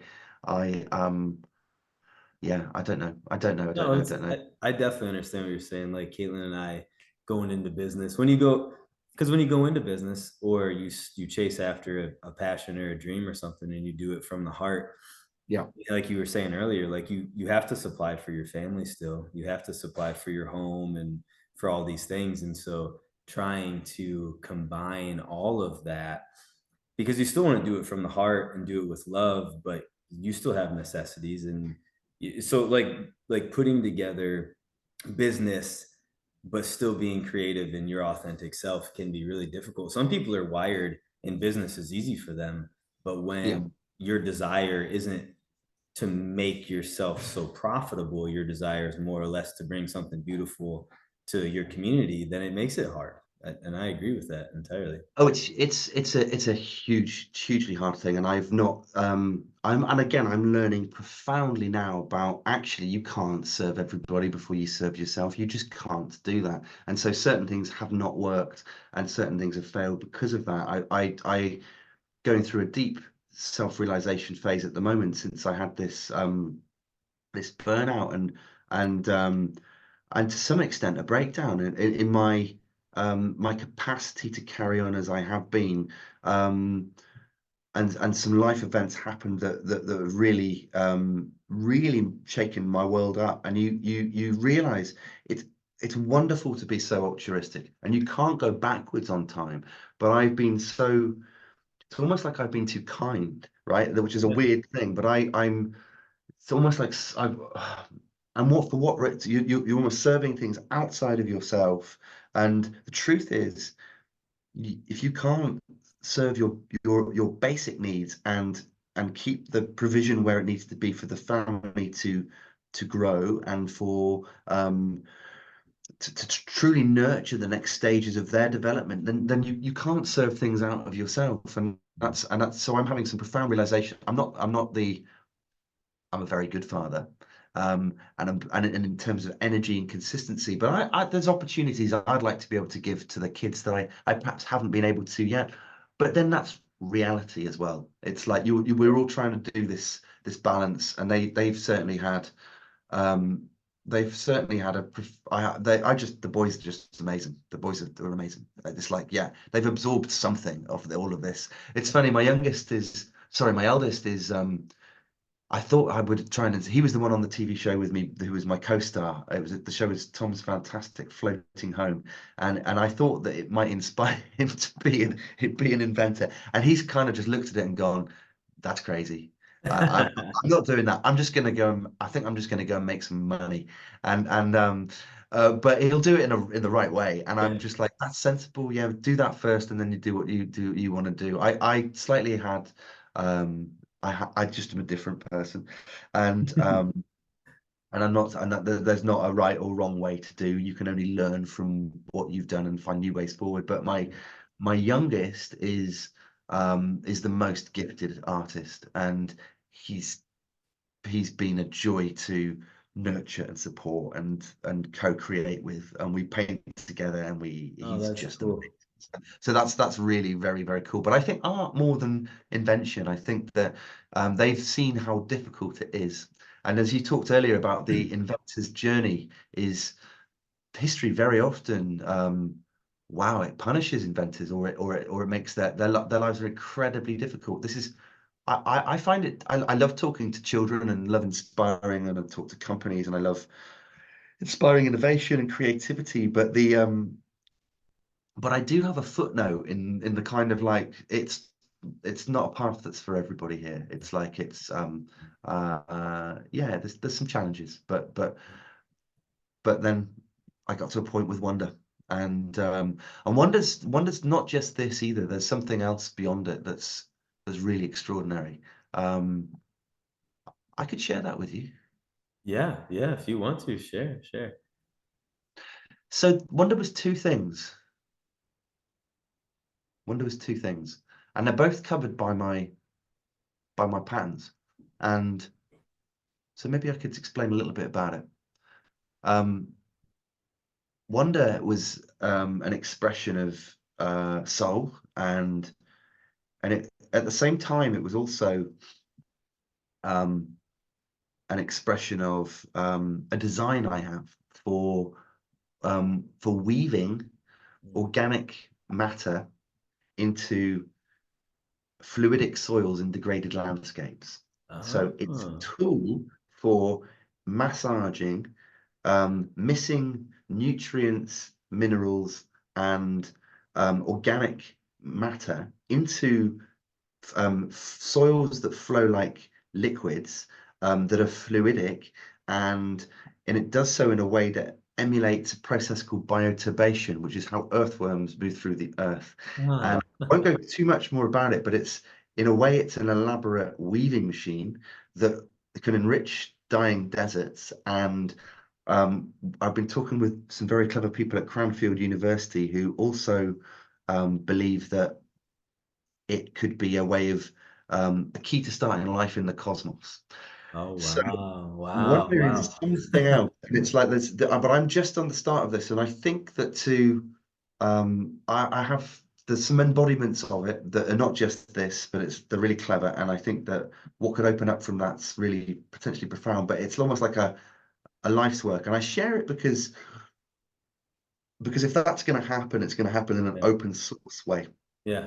Yeah. It's not, I'm not going to be this inventor. I don't need to be, I want to have thrive with my success with this, and I want to enrich the fortunes of my family and build a legacy with having them in extraordinary spaces.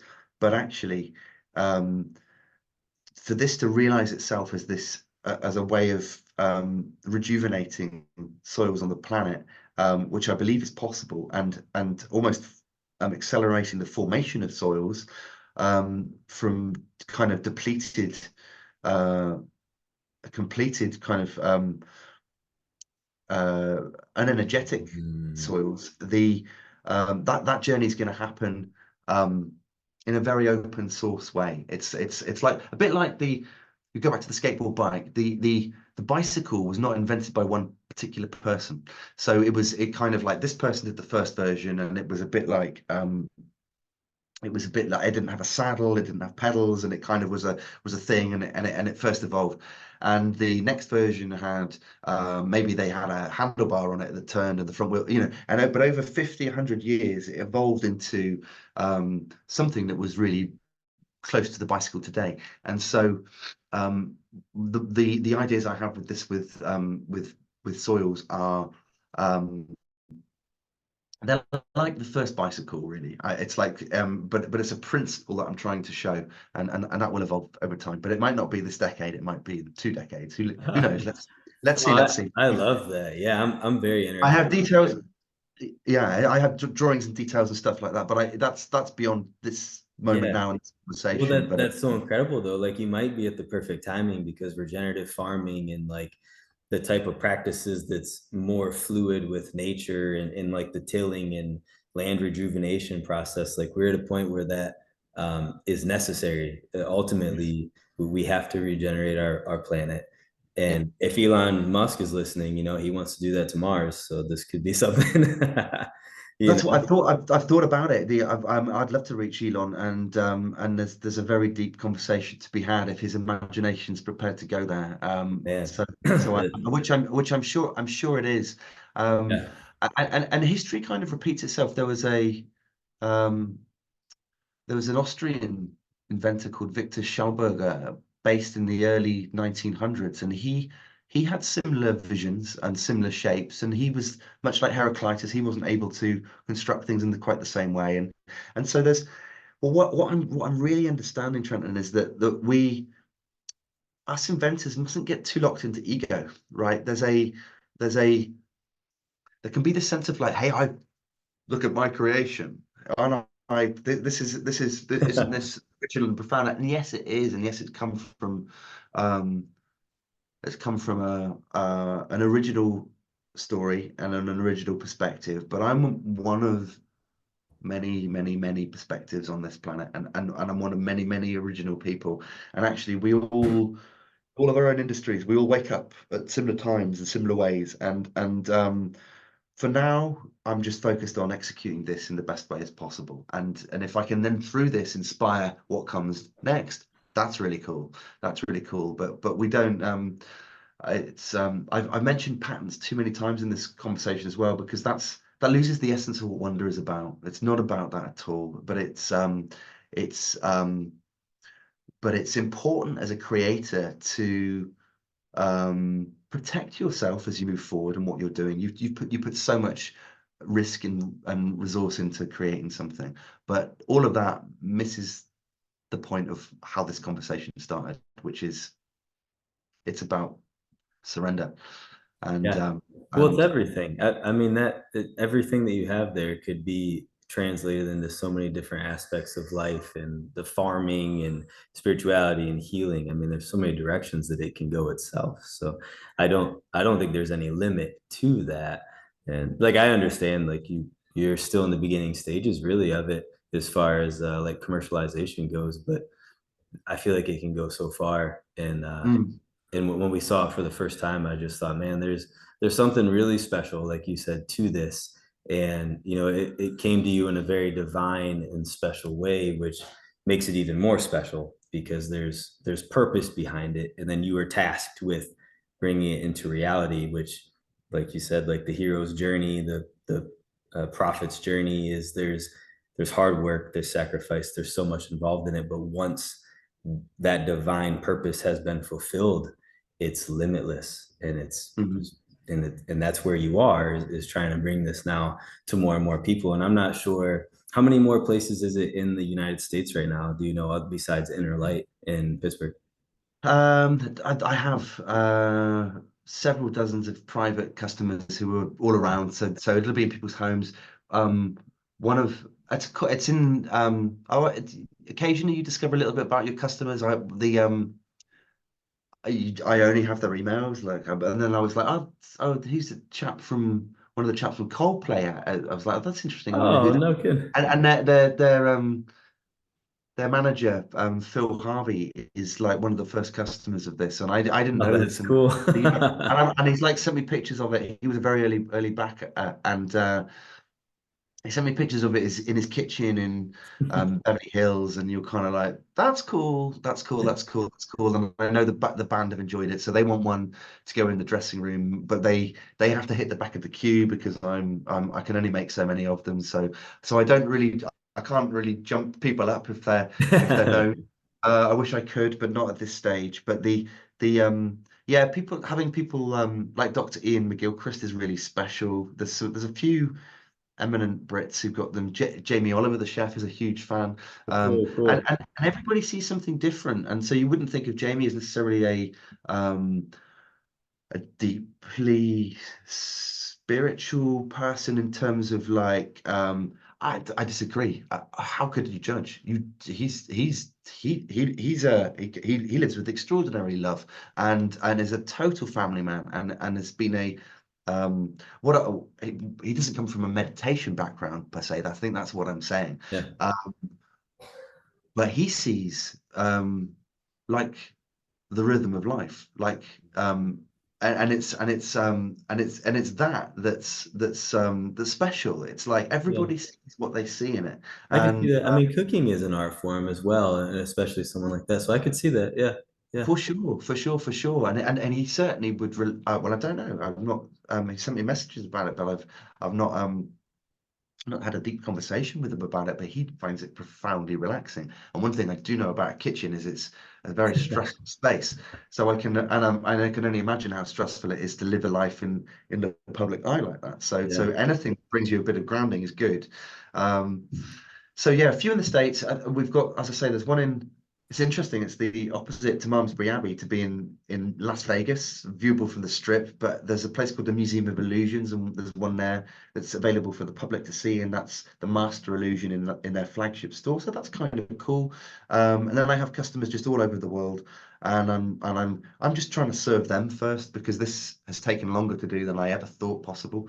And so when I've done that, then I will revise how we move forward. But it will only ever be, I think, in a reasonably rare and modest way, but in a way that keeps the quality super high. And and I'll just this is so rare to do this podcast, but my plan is to say so little about it. It's like, as I said at the beginning, your thoughts shape your vision, and you see what you choose to Yeah. see.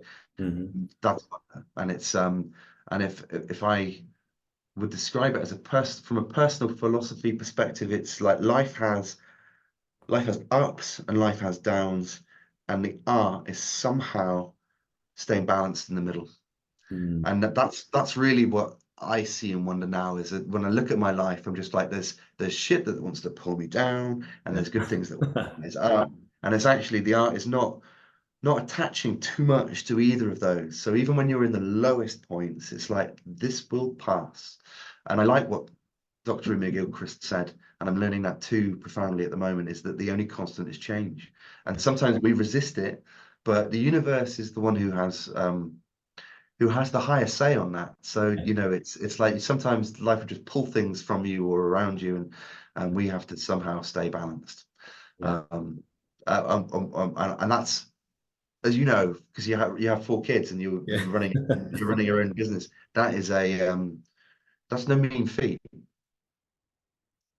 No No, mean yeah, feat. that's absolutely how it is. It is constantly in change, and Yeah, yeah, like you said, it's trying to feel the beauty of that which can be a big challenge to feel the beauty in the down, knowing that, better weather is ahead, but there is no escape from that. You can't only live up. You can't only No, live in joy and in love, no, unfortunately. Such no. is the nature of life, that dichotomy of the yin and yang, at the base of every religion, like we talked earlier, they talk about it. That's just how it has to be. And so if you can't embrace it like this and see the beauty in the down and the up and see the cycle, then you'll have a hard time with the rest of your life. Sadly you will, but the thing that I I find comforting about wonder is that it's almost like it can go so low, even if you see it as the low point of it, but it always picks itself up. Yeah, It always picks itself up.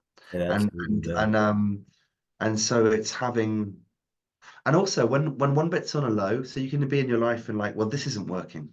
But there are aspects that are. And if life's not just one thing, and it's having the wisdom to know that. Yeah. And most things are illusions as well. It's like the news is an illusion. Yeah. It's like the biggest illusion. It's like, okay, some things are happening, but not like the way that they're telling you they're happening. Yeah, right. Money is so essential for the Mhm. mechanics of life in the modern world, but it's an invention. It's actually bizarrely an illusion. It's not. It's so real, but do you know what I mean in that Yeah, respect? absolutely, because Yes.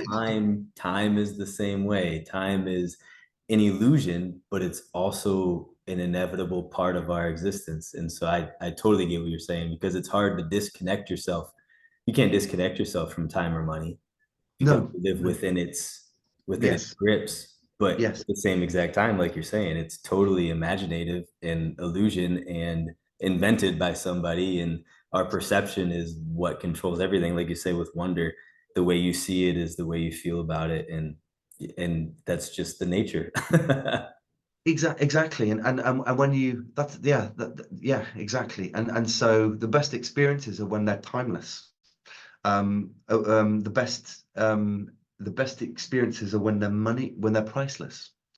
It's like you can't put um, you can't quantify those things, and so it's no one to our higher selves know that, but we are bound to certain earthly constraints or man-made constraints, and Yeah. that's fine as well because they can bring amazing opportunity. They're all part of the tools and the mixing thing of it all. But Oh yeah. even though I've created this, I'm still working it all out. Sometimes I think that when you conceive a project like this, and in that rush of excitement and the clarity of it, you feel like you were in a sense of creatively, you could feel like you're in a sense of enlightenment for sure, for sure. There's a sense of for a moment, and but that passes because that moment. There were for me. There were like 4 days of this coming back from that qigong retreat. I was just like, I know, I can see, I can see, I can see. That was 4 days. It's like Oh, you're right. Yeah, yeah. yeah, yeah, yeah. But then you're suddenly actually doing it and doing it and doing it and making it happen and whatever. And then little lovely moments throughout it that come back. But actually that it's like it's like that it's like that the my wife's idea to make the skateboard bike because I'm gonna risk the kids. And the first ride that we have on the skateboard bike, hello, beautiful little lady. Have a What's little your name? guest. Oh, that's cool. Um, yeah, that first excitement and right, that's the real moment. That's the real Yeah. moment. I But loved how you said that, like off when we were talking about money and time. I loved how you said like the best times are timeless and the best things are priceless. That is a profound understanding, and that is so true. That's so true. And like you said, yeah, we live in that illusion where you can't escape those things. But when you do, even like when you're in the flow state, your yeah, inventive nature, it feels timeless. yeah, And yeah. so yeah, that is I really like that quote. I really like that a lot. Well, it's these things that they we lose we discover these things and then we lose these things and then we discover them and we lose them and you have um timeless, priceless beauty sat on your lap now, except Yeah, you actually have all the time in the world yeah. ahead. So, hey, listen, we've been going for a while. Yeah, Should yeah. I was just gonna say if there was a way that we could close it out because we have had you for a minute. I know it's getting late in the UK too. It's got to be what about 10 o'clock, huh? 10 to 10, yeah. So I'll be bed early and well, bed soon, and then I up in the morning. I tend to run at sunrise and then Oh, get on with good. it. Yeah, that's just to, as you can imagine, having my kind of mind, Yeah, it needs grounding, yeah, and absolutely. Yeah. yeah, and so and I try and talk as little as possible, but so it's kind of like it's a rare and wonderful opportunity to be asked to speak about my work. I'm so very grateful for that, and I'm grateful for you taking the time out of your day and to talk and to answer these questions. And I know as an inventor, you almost have to be really careful about talking about your things because there are shysters out there. There are people that will take things and run with them. And so it's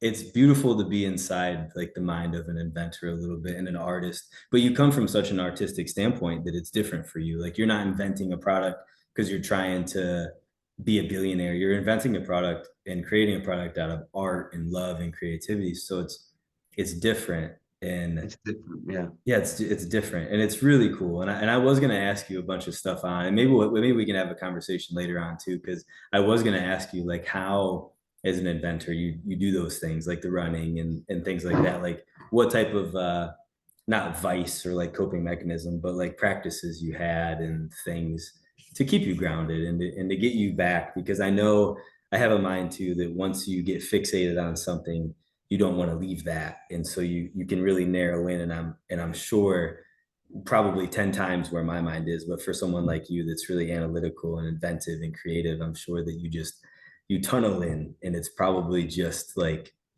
probably hard to pull yourself out sometimes. And so yeah, yeah. And so every day, get in your body, get it, move your body, get out of your mind. But I can tell by the look of you that you're in good shape, and so thank you.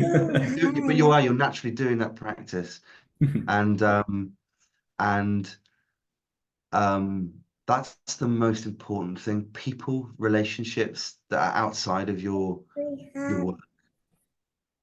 What do you say, my love?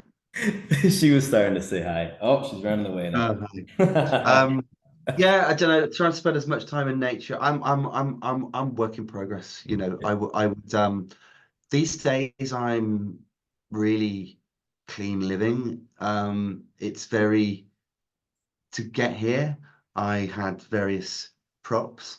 Um, I'd I'd smoked too much weed. Um, and I'm not no judgment with respect to that. Like if these things are in the right balance, that's great. Yeah. Totally. Like as in like we need to downtime but yeah, I don't know. Put me by the ocean. Ah, yeah, Put me in the sun by the ocean. yeah, That's where I just go and I slow right down. yeah. Um, Some um, sunshine and some waves and some grounding. Yeah. yeah, exactly. Let yourself get thrown about a little bit by it if you can. But my favorite tonic in the world is like my favorite thing in the world is to travel really. But it's you become so work obsessed. So sit on a train and travel and be somewhere where you're a stranger in another world is a wonderful thing. That is, yeah, it's like mind opening for sure. Yeah, Yeah. and yeah. We should schedule another conversation for sure because I definitely I enjoy talking to you. You're very interesting. Like the way that your mind flows is really beautiful, and I like all the directions you go. And honestly, I also like resonate, and Caitlin does as well. Unfortunately, she had to run and like attend to the newborn, but I know that she relates as well. Like the path of your mind is a wonderful path, but your mind is special because it hits the next point very quickly. I feel like you have Mm, a very fast working mind, a very brilliant mind, and so I think and like not I know you were talking about like the ego a little bit earlier, and not because I think the ego is really important. I think that a lot of people are like, oh, you got to kill the ego. And I think that's bullshit. Yeah. I think the ego is a beautiful, like a servant almost to the soul. The ego wants to please, and Yeah. the ego strives for that. And so I think, and so I want you to know that, like, from our perspective, and I'm sure the listeners, and I know Kelly and all the students in Kelly's classroom, they love this, and I think they're really going to enjoy this conversation, and they're going to love you as well. So soak that in, Thank you. and feel good about that, because I think that's true, and I think that all the things you've done so far and the things that you're doing in the path that you're on, I think whatever you had to sacrifice in the process, I think is well worth it. And I know that can be hard to see and to feel maybe, but like, I want you to know that for sure, because I love every second of this. And I know that Kelly mentioned your name in the invention of this, and I think I immediately followed you on Instagram, and I started looking at you a little bit more often, and taking a look at some of your other inventions, like the skateboard bike and uplift and the fire winder and all of these other instruments. And I thought, these are beautiful instruments that are very artistic and very beautiful, and something that, so there's something special about them that goes beyond even the Million Mile Light. Like, there's something more special about these inventions than just like, because they're more tangible on a mental, like psychological level almost, than they are like tools. It's a tool for the mind, if that makes sense, Mm, if I'm like mm, articulating that correctly. and mm, and I really like that. And I know a lot of people do. Obviously, they look at this thing and they just, it puts them into their, it takes that monkey out of the driver's seat and allows them mm, to just be present in that moment. And mm. I think that that's just special. And maybe you're a reincarnation of Heraclitus and of Einstein's friend, and maybe this is part of your soul's journey, and this is, you're at that point. I don't know, even if Maybe. you believe in reincarnation, but I know that I don't.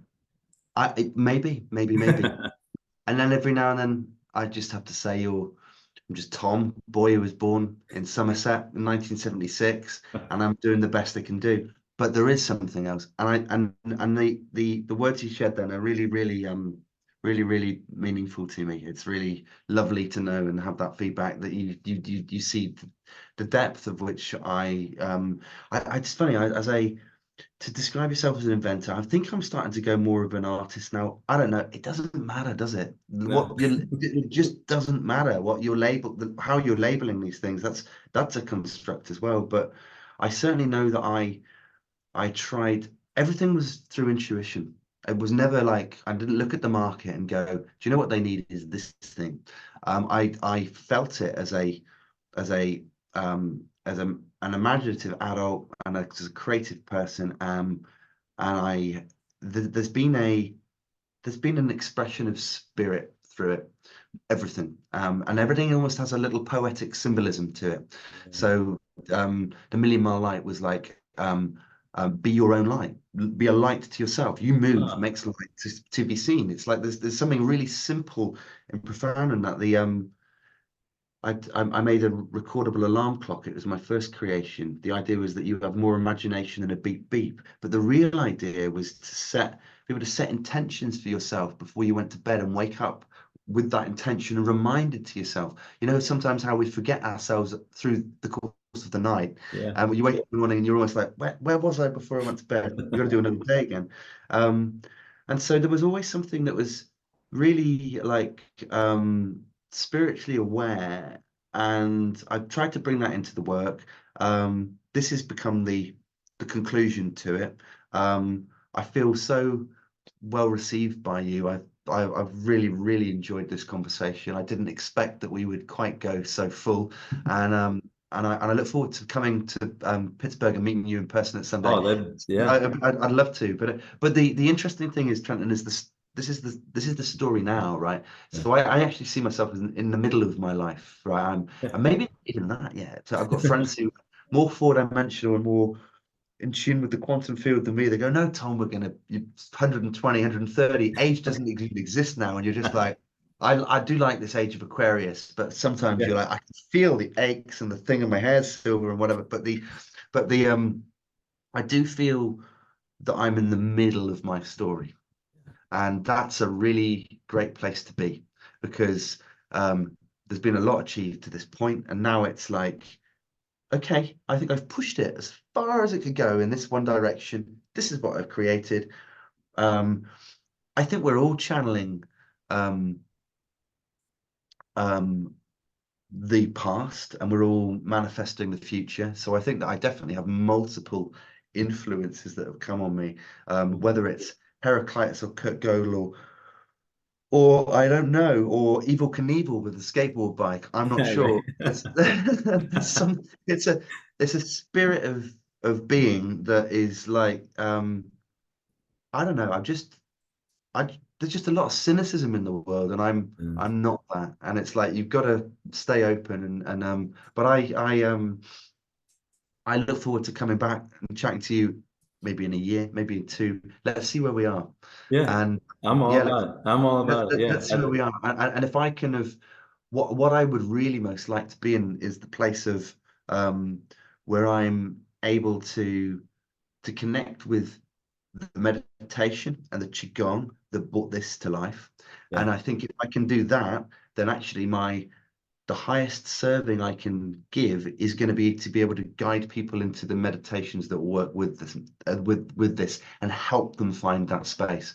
But to do that, I need to do the work and find that space again myself. And it's not that I've totally lost it. It's just that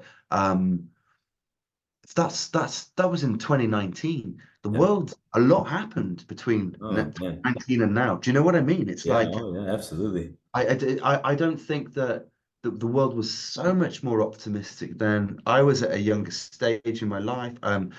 Just all of these things have added together, and you can't go back in time, but you can refine yourself. There's no question that you can do that, and so my ambition is to be just literally just to be more peaceful. It's to be peaceful. That's it. That's literally. It's like the yeah. I'd like to be. Maybe that's where I'll be. Maybe that's my 50s and 60s, is actually to find the words and the resonance that come Yeah. with this. The Or world needs the vocabulary for that too, because we've been living in rough times, war times for a couple thousand years, and the world does need it needs the time of Aquarius. It needs it needs the vocabulary to go with what that brings, and it needs the geometry as well to go with it. So yeah, that's it. But equally, I'm with you on ego being an important component, and it shouldn't be killed. How can it? How can you do that? It's like right, yeah. how can you do that? It like chopping off your left arm just so that you focus on the right. It's like Yeah. that's but the but maybe maybe the thing with wonder is it already speaks. Mm. Maybe That's that's what I was maybe curious that's about. maybe that literally is it. It's not never about the words. Words can get us trapped into all sorts of complex things, and maybe my work is literally just to shut up. Yeah, And learn to do that. I think that's true. I think I'm saying that because I think it's wonderful to talk. But you yeah, it's wonderful to talk. But you can't forget the dance. yeah. No, That's that. that's so funny too because one of our really great friends, Kayla and I's really great friends, is a fantastic sound healer, and she said that anecdotally, like in the science, in a sound healing session with like a tuning fork, most of the healing actually happens when the tuning fork is not in vibration. So that time in between, the silence in between, is when like the registration in the mind actually happens and the healing occurs, is the time between sounds, is the silence, Yes, which is ironic because you do a sound healing session for the sound, but those little gaps in between instruments and vibrations, yes, that's yeah. where all the magic happens. So That's yeah. it. That's it. And that's where life breathes. Mhm. Yeah, and and um and that's a nice way to kind of end, to almost what wonder does is invites people to breathe with it. And if you can almost imagine an inhalation and an exhalation, you will naturally tune into its breathing. And I think that that is really, perhaps that doesn't even need to be said. Yeah, no kidding. Just the sound It's of like, breath. yeah, just ground yourself in your breath, and and I'm just very pleased that people can enjoy it, and I've done the hard work for them. That's literally that's something I'll be proud of, when it enriches me and allows the prosperity that I want it to bring to my beautiful family. It's the hard work was done, and now it can just be enjoyed. So it's super cool for you to ask all of this about it. I probably won't record another podcast for another year or so. It's like I can just say I spoke about it once, Yeah. and I Yeah. don't need to do more. Yeah. Phone me when you want to make the movie, because and I'd like to give the job to my son's mate. But the as playing a young me, but the no, it's like, yeah, it's yeah, you've got to return to the state of nothingness, of just like life's okay. And one of the things that was really nice about this, that somebody said, um a friend called Kristen, she described it as being close to the ocean, and the way that the ocean, it comes forward and it retreats, and it comes forward and it retreats, and Yeah. it's there's something about that cyclical motion that just is this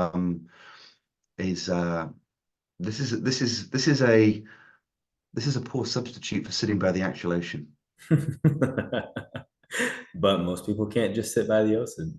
This So is it. This is it. This is it. So in that way, the service is for all of us. For you're right. You're right. There's as a designer, as a maker, we can't all sit in the sun. We don't all sit by the ocean. We can't all. This is, as your dear wife said, this is the best places that this would find itself in our areas of recovery and rehabilitation, and in hospices, and in places where there would be real kind of need for healing, where you're so far from that, and actually to bring wonder into places of artifice is actually an important part of the work. I think at the end of the day, the natural world is the true wonder. yeah. But yeah, this has its place, and I'm especially proud that you discovered it in Pittsburgh. Us too. There's some special things happening in Pittsburgh. So if you do get the chance to come here anytime, it would be fantastic. And I'm sure that Kelly and her class at Inner Light would welcome you with open arms Oh, to talk, and all of that would be fantastic. So it'd be awesome. It'd be awesome. Well, I hope by the time that comes, I can sit like my I can find the stillness, the peace, and the guru in me to just sit there and enjoy it. and just be. Yeah. That's a just be, exactly. And then maybe we can have a party afterwards or something. There we go. Yeah. Yeah. Yeah, that sounds fantastic. Well, Dude, Tom, yeah. we've had you for about 2 hours now. So try to close this out. You're so interesting. There's just so many directions. Conversation can just keep going. So I wanna try to close it out so that so our listeners can let go as well. Instead of Cool. Yeah, for sure. tagged on. Sure. Well, let's do it. Thanks everybody for listening. And yeah, you discover me. I'm on Instagram, it's tom@tomlawton.com. You find out a bit about Wonder at tomlawton.com/wonder. And if you're in Malmesbury in Wiltshire in England, ask for me and you'll find me, and I'll come and sit in silence with you with the wonder at Malmesbury Abbey. And that's an open invitation. If anybody's in magical Wiltshire, they're always welcome to come and have a coffee or something. Yeah, that's a coffee with wonder. That sounds awesome.